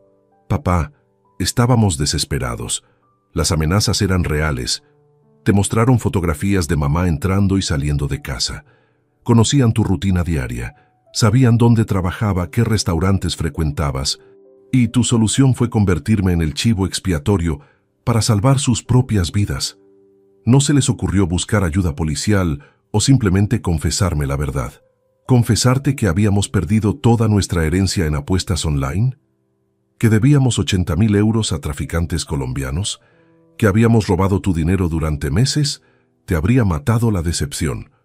La lógica retorcida de Pablo me dejó sin palabras momentáneamente. Había racionalizado que destruir mi libertad era más compasivo que decepcionar mis expectativas paternas. Su narcisismo era tan profundo que genuinamente creía estar protegiéndome del dolor emocional mediante mi encarcelamiento físico. Pablo, durante 40 años trabajé para construir un patrimonio que les garantizara seguridad económica. Ustedes liquidaron todo en apuestas y después decidieron que yo debía pagar las consecuencias de sus decisiones irresponsables. No fue irresponsabilidad, nos estafaron profesionalmente. Los casinos online estaban manipulados, las apuestas trucadas. Fuimos víctimas de una organización criminal internacional. ¿Víctimas? Pablo, víctima fui yo cuando intentaron incriminarme como traficante. Ustedes fueron cómplices voluntarios que eligieron apostar dinero ajeno sin autorización. La conversación continuó durante 30 minutos adicionales, pero cada intercambio confirmaba mi percepción inicial. Pablo no mostraba remordimiento genuino por haberme traicionado, sino frustración por haber sido descubierto. Sus disculpas eran estratégicas, diseñadas para obtener mi clemencia y posible ayuda legal. Una última pregunta, Pablo. Si Ricardo no me hubiera alertado y el plan hubiera funcionado, ¿cuánto tiempo habrían esperado antes de visitarme en la cárcel estadounidense? Pablo evitó mi mirada directamente.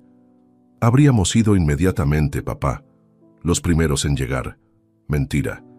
Tengo correos electrónicos donde discutes con Marcos sobre mantener distancia emocional del viejo hasta que las cosas se enfríen completamente. Calcularon no visitarme durante mínimo 2 años para evitar sospechas. El guardia carcelario anunció que quedaban 5 minutos de visita. Pablo intentó un último recurso emocional. Papá, sigues siendo mi padre. Cometí errores terribles, pero te amo y espero que algún día puedas perdonarme. Pablo, el padre que conociste murió en el aeropuerto cuando descubrí tu traición. El hombre que tienes enfrente es un superviviente que aprendió a protegerse de depredadores familiares. Cuando se llevaron a Pablo de regreso a su celda, sus últimas palabras fueron: «Por favor, papá, no me abandones completamente».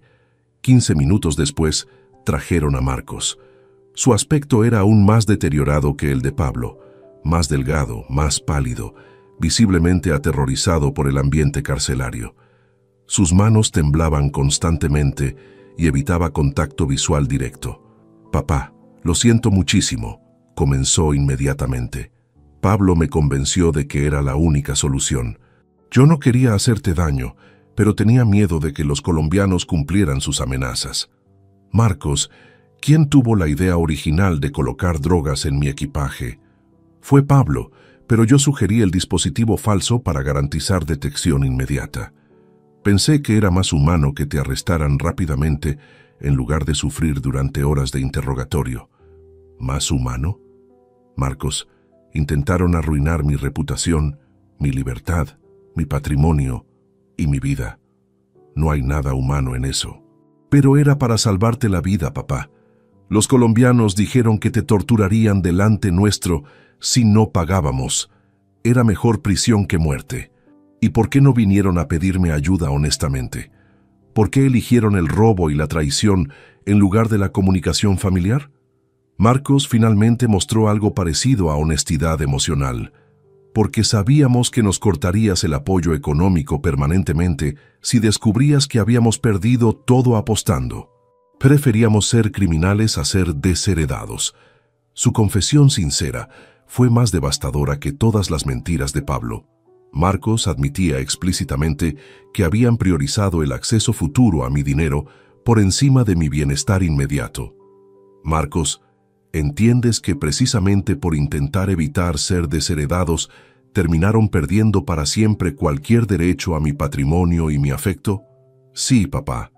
Cometimos el error más grande de nuestras vidas por miedo al error que queríamos evitar. El guardia anunció el final de la visita. Marcos intentó tocar mi mano, pero la retiré inmediatamente.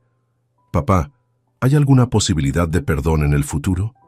Marcos, pueden existir oportunidades de reconciliación después de que cumplan completamente sus condenas y demuestren cambios genuinos mediante acciones, no palabras.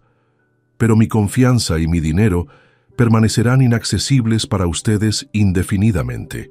Salí de la prisión sintiendo una mezcla contradictoria de alivio y tristeza. Alivio porque había confirmado que mi decisión de cortar contacto era correcta. Tristeza porque los hombres que acababa de visitar eran extraños que compartían DNA con los niños que había amado incondicionalmente durante décadas. El padre devoto había muerto definitivamente. En su lugar nacía un hombre que priorizaría su propia supervivencia por encima de vínculos familiares tóxicos. El trayecto de regreso desde la prisión hasta mi hogar en Pozuelo de Alarcón transcurrió en silencio absoluto, pero mi mente bullía con decisiones que había estado posponiendo durante días. La confrontación con Pablo y Marcos había eliminado cualquier vestigio de duda sobre el camino que debía seguir, reconstrucción completa de mi existencia sin ellos. Aparqué en el garaje de mi vivienda familiar y por primera vez en décadas el lugar me resultó extraño y hostil. Cada rincón contenía recuerdos de momentos compartidos con mis hijos, pero ahora esos mismos recuerdos se habían transformado en evidencias de mi ingenuidad y su capacidad manipuladora desarrollada durante años. Subí directamente al estudio, donde conservaba todos mis documentos financieros importantes. Era momento de ejecutar cambios legales que había estado considerando teóricamente, pero que ahora se volvían urgencias prácticas para mi supervivencia económica y emocional. Lo primero fue contactar a Miguel Serrano para confirmar detalles sobre la modificación inmediata de mi testamento. La llamada fue directa y profesional. Miguel, he visitado a Pablo y Marcos en prisión. Confirmo mi decisión de excluirlos completamente de mi herencia. ¿Podemos proceder mañana mismo con los cambios testamentarios? Por supuesto, Andrés. Ya tengo preparados los documentos preliminares. ¿Desea designar beneficiarios alternativos o prefiere donaciones benéficas? 50% para organizaciones de ayuda a víctimas de fraudes familiares, 25% para mi hermana Carmen en Sevilla, 25% para investigaciones sobre adicción al juego. Ningún centavo para Pablo, Marcos o sus posibles descendientes futuros. Serrano tomó notas detalladamente. Excelente decisión. También recomiendo establecer cláusulas específicas que impidan cualquier impugnación legal futura basada en vínculos familiares o alegatos de manipulación mental. Después de finalizar la llamada con el abogado, procedí con la segunda fase de reorganización. Cancelación de todos los apoyos financieros que proporcionaba mensualmente a mis hijos. Durante años había mantenido transferencias automáticas para seguros médicos privados, cuotas de gimnasios exclusivos, suscripciones a servicios digitales premium y una mesada mensual de 1.500 euros cada uno para gastos personales. Accedí a mi banca online y cancelé sistemáticamente cada transferencia programada. El proceso era mecánico, pero emocionalmente liberador. Con cada cancelación, sentía cómo recuperaba control sobre recursos que habían estado siendo dilapidados por quienes intentaron destruirme. El siguiente paso requería mayor coordinación, recuperación de las llaves y documentos de los vehículos que les había regalado. Según Serrano, tanto el Mercedes de Pablo como el Audi de Marcos serían subastados judicialmente, pero yo necesitaba recuperar posesión física inmediata para evitar que otros cómplices los ocultaran o vendieran ilegalmente. Contacté directamente al inspector Torres para coordinar la operación. David, necesito recuperar los automóviles de mis hijos antes de que alguien más tenga acceso a ellos. ¿La policía puede acompañarme para garantizar legalidad del proceso? Absolutamente, Andrés. Tenemos órdenes judiciales que nos autorizan confiscar cualquier bien adquirido con dinero sustraído fraudulentamente. Conoce las ubicaciones actuales de ambos vehículos. El Mercedes está en el garaje comunitario del edificio de Pablo en Alcorcón. El Audi probablemente esté en casa de Marcos en Getafe. Tengo llaves de ambas propiedades porque les ayudaba ocasionalmente con mantenimiento doméstico. Programamos la operación para el día siguiente. Torres coordinaría con agentes especializados en recuperación de activos, mientras yo proporcionaría acceso y documentación que acreditara mi propiedad legal original de ambos vehículos. Esa noche, solitario en mi casa demasiado grande para una persona, comencé el proceso más doloroso: eliminar físicamente todos los recordatorios de Pablo y Marcos, fotografías familiares, regalos de cumpleaños, diplomas de graduación, trofeos deportivos de su infancia, cartas sentimentales del Día del Padre. Cada objeto removido representaba una pequeña muerte emocional.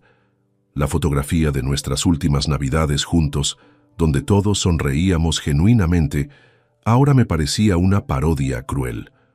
Los regalos artesanales que me habían hecho de niños, elaborados con amor infantil auténtico, contrastaban dolorosamente con los adultos manipuladores en quienes se habían convertido. Llené 6 cajas de cartón con décadas de memorabilia familiar. Inicialmente consideré quemar todo en una hoguera catártica, pero finalmente opté por almacenar las cajas en el sótano. No estaba preparado para destruir completamente el pasado, aunque tampoco podía tolerarlo visible en mi espacio cotidiano. Mientras reorganizaba físicamente la casa, llamé a mi hermana Carmen en Sevilla para informarle sobre los acontecimientos recientes. Carmen había mantenido distancia prudencial de Pablo y Marcos durante años, alegando que algo no me cuadra en esos muchachos, intuición que ahora se revelaba proféticamente acertada. Andrés, ¿cómo estás llevando todo esto?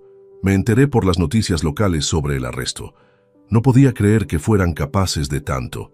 Carmen, estoy reconstruyendo completamente mi vida sin ellos. He modificado mi testamento para incluirte como beneficiaria parcial y he cortado todo contacto y apoyo económico permanentemente. Hermano, aunque sé que hicieron algo imperdonable, ¿no crees que eventualmente podrías considerar algún tipo de reconciliación? Siguen siendo tus hijos biológicos. Carmen, intentaron enviarme 30 años a prisión para robar mi patrimonio. Eso trasciende cualquier vínculo familiar. Son criminales que comparten mi DNA, nada más. Mi hermana respiró profundamente. Tienes razón, Andrés. Solo quería asegurarme de que esta decisión surge de reflexión serena, no de impulso emocional. Es la decisión más meditada de mi vida. Pablo y Marcos forfeitearon permanentemente el derecho a mi confianza, mi dinero y mi presencia. Al día siguiente, la operación de recuperación vehicular transcurrió sin incidentes. Torres llegó con 2 agentes especializados y un camión grúa oficial.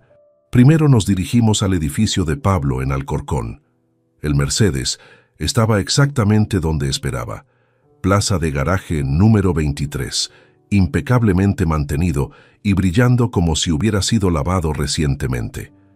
Ver el automóvil que le había regalado por su 30º cumpleaños me generó sentimientos contradictorios de nostalgia y repulsión. «Señor Vidal», comentó uno de los agentes mientras documentaba fotográficamente el vehículo, «este Mercedes está valorado en aproximadamente 42.000 euros según tasación judicial.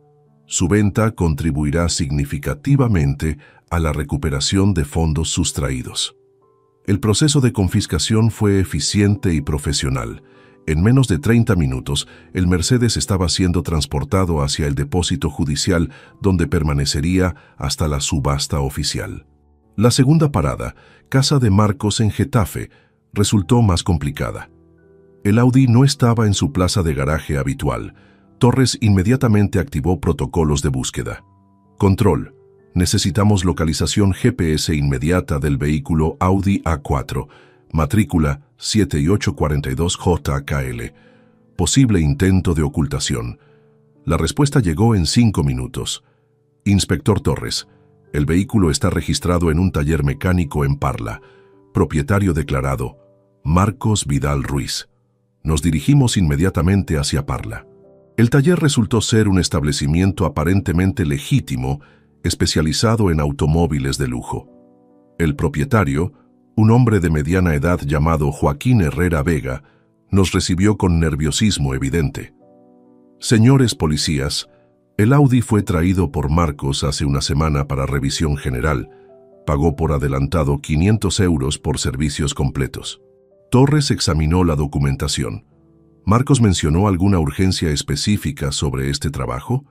Dijo que planeaba venderlo rápidamente y quería maximizar su valor de mercado. Pidió reparaciones menores y detallado profesional completo. La intención de Marcos era clara: preparar el vehículo para venta ilegal antes de que las autoridades pudieran confiscarlo. Su planificación criminal se extendía incluso a proteger activos secundarios de posibles recuperaciones judiciales. «Joaquín», intervine, «soy Andrés Vidal, padre de Marcos y propietario legal original de este automóvil. Fue regalado a mi hijo, pero adquirido con dinero que él sustrajo fraudulentamente de mis cuentas. Tengo documentación completa que acredita mi propiedad». Joaquín revisó los papeles que le proporcioné: factura original de compra, seguro vehicular, transferencia de regalo debidamente registrada. Todo confirmaba mi versión de los hechos. «Señor Vidal, lamento la situación. Devolvemos el automóvil inmediatamente y reembolsaremos los 500 euros que Marcos pagó por servicios no solicitados fraudulentamente». El Audi fue confiscado sin mayores complicaciones. Torres coordinó su traslado al mismo depósito judicial donde aguardaba el Mercedes. Ambos vehículos serían subastados simultáneamente la siguiente semana. Regresé a casa esa tarde sintiendo una satisfacción amarga, pero necesaria. Cada paso de la reorganización me alejaba definitivamente del padre ingenuo que había sido y me acercaba al superviviente estratégico en quien me estaba convirtiendo. La reconstrucción de mi identidad sin Pablo y Marcos había comenzado oficialmente, pero el camino hacia la paz interior apenas empezaba. 6 meses después del arresto inicial, el caso judicial contra Pablo y Marcos finalmente llegó a su conclusión definitiva. El proceso había sido meticuloso, exhaustivo y emocionalmente agotador para todos los involucrados, especialmente para mí como víctima principal de su conspiración elaborada. La sala del Juzgado Penal número 4 de Madrid estaba abarrotada esa mañana de octubre de 2024. Periodistas locales habían seguido el caso debido a su naturaleza inusual. Hijos que intentaron incriminar a su propio padre como traficante internacional para heredar anticipadamente su patrimonio.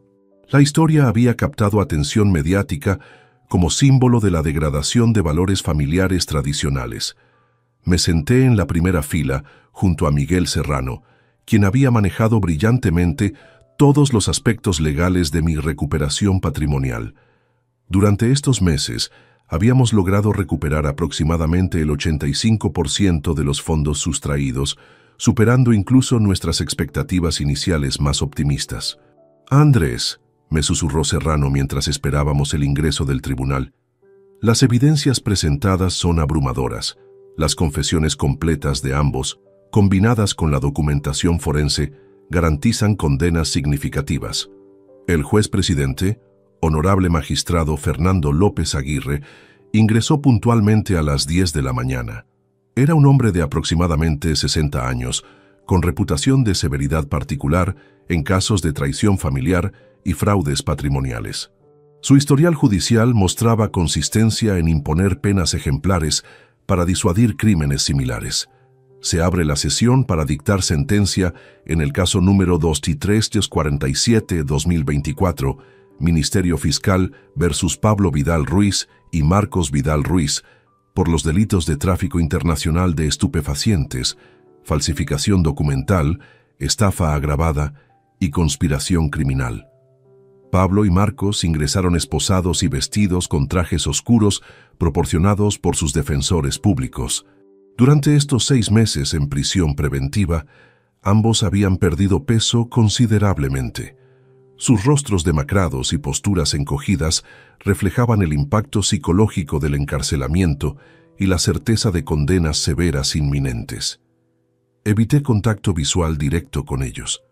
Durante el proceso judicial, había mantenido mi posición firme. Asistía como víctima buscando justicia, no como padre esperando reconciliación. Esa distinción había sido fundamental para preservar mi equilibrio emocional durante meses de testimonios desgarradores. El magistrado López comenzó la lectura de sentencia con voz clara y autoritaria. Tras evaluar exhaustivamente todas las pruebas presentadas, testimonios de testigos, peritajes técnicos y confesiones de los acusados, este tribunal ha llegado a las siguientes conclusiones definitivas. En primer lugar, Pablo Vidal Ruiz, de 32 años, ha sido encontrado culpable como autor principal de conspiración para tráfico internacional de estupefacientes, falsificación sistemática de documentos bancarios, estafa agravada por abuso de confianza familiar y organización criminal. Los hechos probados demuestran premeditación extrema, sofisticación operativa y ausencia completa de remordimiento genuino.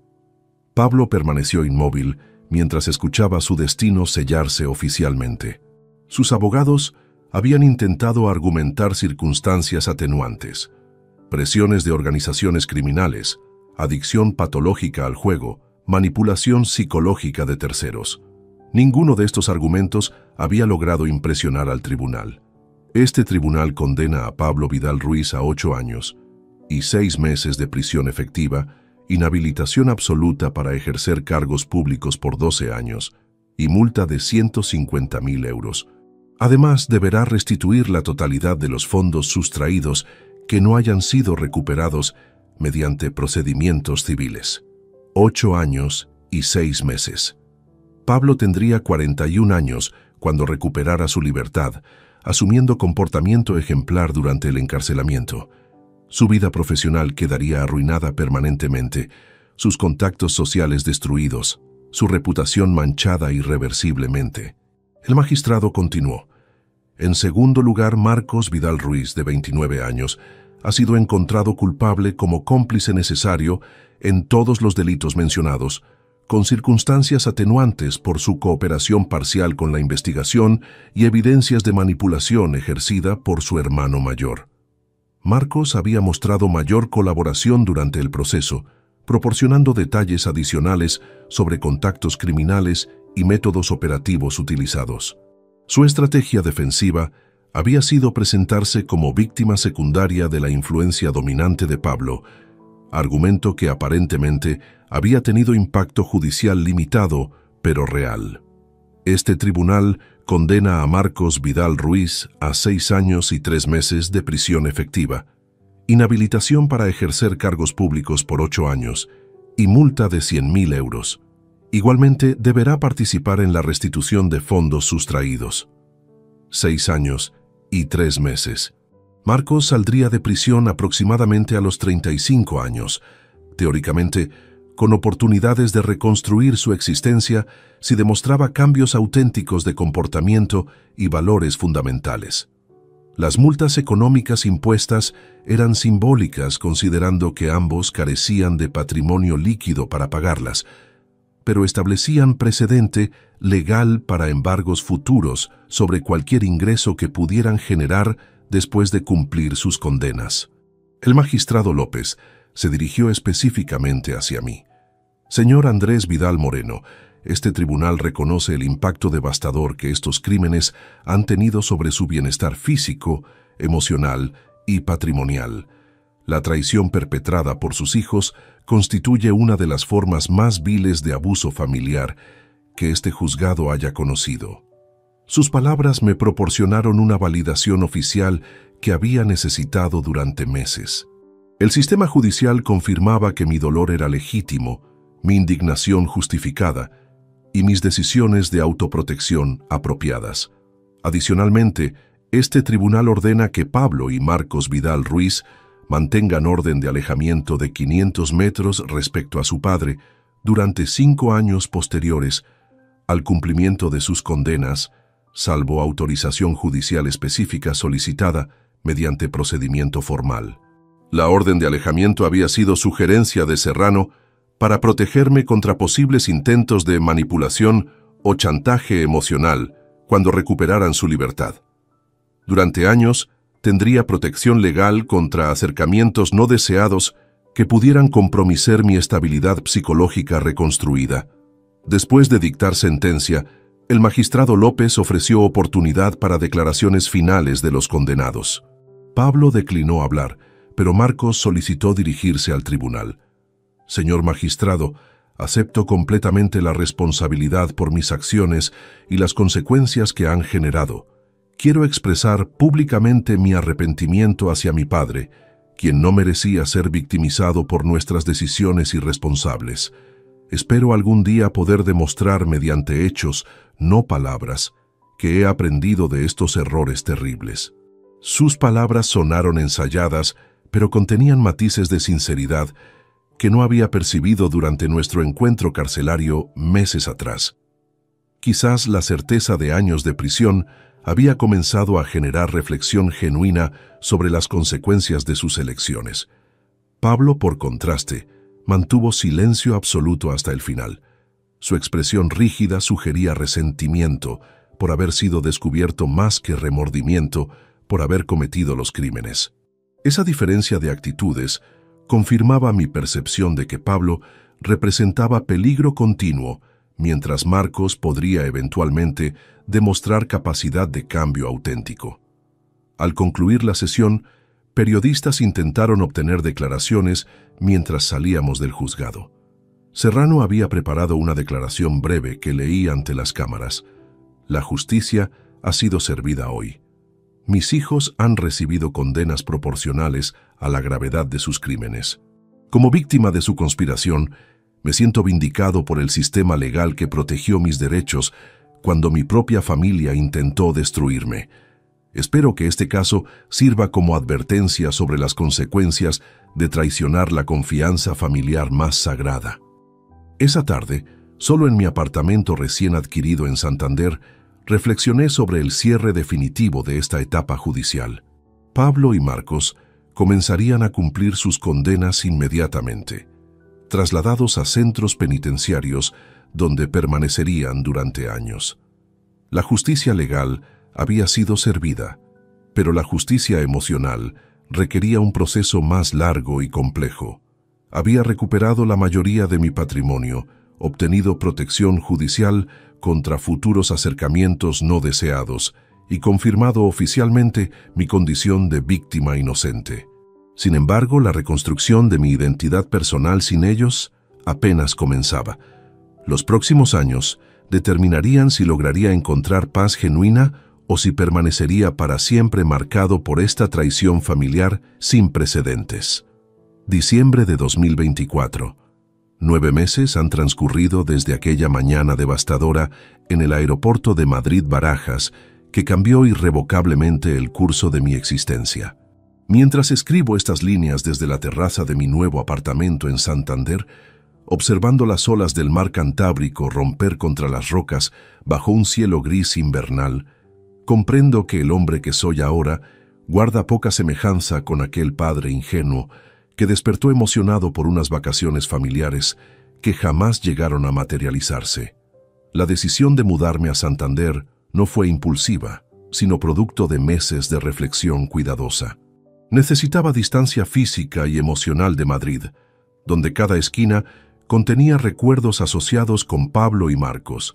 Esta ciudad costera me ofrecía anonimato, tranquilidad y la oportunidad de reconstruir mi identidad sin el peso constante de miradas compasivas o curiosas de conocidos que habían seguido el caso judicial a través de los medios.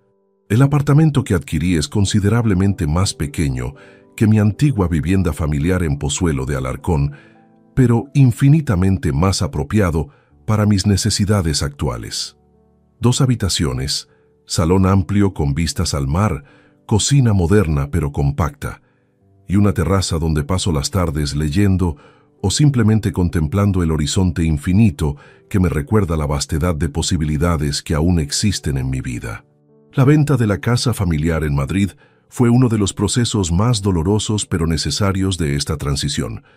Miguel Serrano coordinó todo legalmente, asegurándose de que ninguna parte del dinero obtenido pudiera ser reclamada futuramente por Pablo o Marcos mediante argucias legales.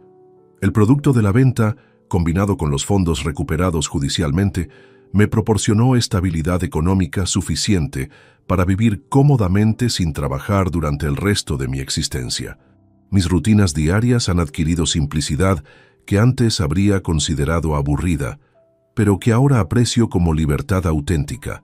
Despierto cada mañana sin compromisos familiares tóxicos, sin preocupaciones por llamadas manipuladoras, sin la tensión constante de preguntarme qué nueva crisis financiera o emocional requerirá mi intervención. Las mañanas las dedico a caminar por el Paseo de Pereda, donde he establecido amistades casuales con otros jubilados que, como yo, buscan tranquilidad después de décadas de responsabilidades abrumadoras. Estos hombres y mujeres de mi generación comprenden implícitamente el valor del silencio compartido, la conversación sin agenda oculta, la compañía sin demandas emocionales o económicas. Uno de ellos, Fernando Castañeda Morales, viudo de 70 años y exprofesor de literatura, se ha convertido en algo parecido a un confidente. Durante nuestras caminatas matutinas hemos desarrollado el tipo de amistad masculina madura que prescinde de intimidades innecesarias, pero proporciona apoyo mutuo genuino. «Andrés», me dijo una mañana mientras observábamos gaviotas disputar restos de pescado en la playa, «lo que más me impresiona de tu historia no es la traición de tus hijos, sino tu capacidad de reconstruirte sin amargura permanente». Sus palabras me hicieron reflexionar sobre mi proceso interno durante estos meses. Efectivamente, había logrado procesar el dolor sin permitir que se transformara en odio destructivo. La indignación inicial había evolucionado hacia una tristeza madura que reconocía la pérdida sin idealizar lo perdido. «Fernando, creo que la clave fue aceptar que los hombres que intentaron destruirme nunca fueron realmente mis hijos. Fueron desconocidos que compartían mi apellido y habían vivido en mi casa durante décadas, pero cuyas almas permanecían fundamentalmente ajenas a los valores que intenté inculcarles. Las tardes las dedico a actividades que había postergado durante años de dedicación paternal exclusiva. Me inscribí en un club de lectura donde discutimos mensualmente obras literarias clásicas y contemporáneas. La estimulación intelectual me proporciona satisfacción que había olvidado existir, especialmente después de décadas concentrado únicamente en preocupaciones comerciales y familiares. También retomé la pintura, afición de mi juventud abandonada, cuando las responsabilidades adultas consumieron todo mi tiempo libre. Mis acuarelas marinas son técnicamente imperfectas, pero el proceso creativo me conecta con partes de mi personalidad que habían permanecido dormidas durante décadas. Los fines de semana frecuento un pequeño restaurante llamado El Rincón de Pepe, donde el propietario, José Ramón Herrero Vega, sirve comida casera tradicional cántabra. He establecido costumbre de almorzar allí los domingos, disfrutando la sencillez de platos preparados sin pretensiones y conversaciones casuales con comensales habituales. Don Andrés, me dice José Ramón cada domingo mientras sirve mi pescado a la plancha favorito. Se le ve más relajado cada semana que pasa. El aire marino le está sentando bien. Tiene razón. Mi presión arterial ha disminuido, duermo mejor y he perdido el peso extra que había acumulado durante años de comidas estresantes y falta de ejercicio regular. Físicamente me siento mejor que en la última década, como si eliminar las toxinas emocionales hubiera permitido que mi cuerpo se regenerara naturalmente. Sin embargo, sería deshonesto afirmar que la transición ha sido completamente libre de dificultades. Existen momentos, especialmente durante las noches silenciosas de invierno, cuando la soledad se vuelve pesada y los recuerdos felices de la infancia de Pablo y Marcos resurgen con intensidad dolorosa. En esos momentos, me permito sentir la tristeza plenamente sin intentar suprimirla artificialmente. Lloro por los niños inocentes que fueron alguna vez, por las navidades compartidas, por los cumpleaños celebrados, por los sueños paternales que se desmoronaron irremediablemente. Pero también me recuerdo que esos niños crecieron hasta convertirse en adultos capaces de traición calculada, y que mi nostalgia se dirige hacia personas que dejaron de existir mucho antes de que yo descubriera su verdadera naturaleza. El contacto con el mundo exterior lo mantengo principalmente a través de mi hermana Carmen, quien me visita cada 2 meses desde Sevilla. Sus visitas son reconfortantes porque representan conexión familiar genuina, libre de agendas ocultas o manipulaciones emocionales. Andrés, me dijo durante su última visita en noviembre, admiro tu fortaleza, pero también me preocupa que te aísles demasiado del mundo. ¿No consideras la posibilidad de conocer a alguien, una compañera para esta etapa de tu vida?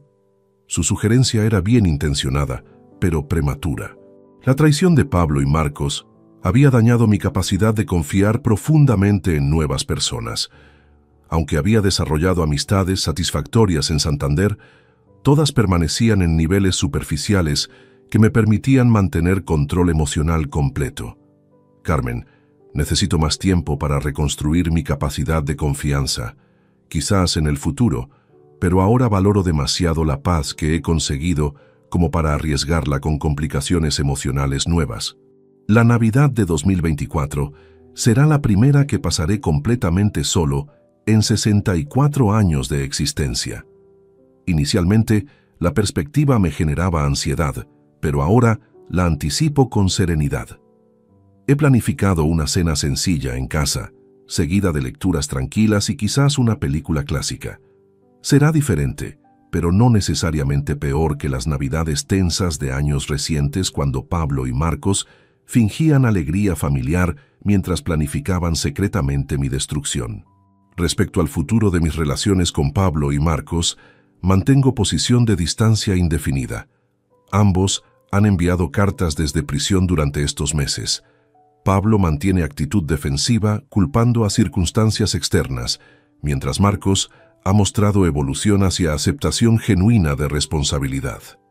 Las cartas de Marcos incluyen disculpas detalladas, reconocimiento explícito del daño causado y compromisos específicos de cambio comportamental. Sin embargo, no respondo ninguna correspondencia. Las palabras son insuficientes después de acciones tan devastadoras y cualquier comunicación prematura podría reabrir heridas que necesitan más tiempo para cicatrizar completamente. Miguel Serrano me mantiene informado sobre aspectos legales relevantes. La recuperación patrimonial ha sido exitosa. He recuperado el 92% de los fondos sustraídos, superando nuestras expectativas más optimistas. Los vehículos fueron subastados, las propiedades colombianas confiscadas y vendidas, y los productos financieros liquidados fraudulentamente han sido restituidos. Andrés, me informó durante nuestra última consulta telefónica, desde perspectiva legal, el caso está prácticamente cerrado.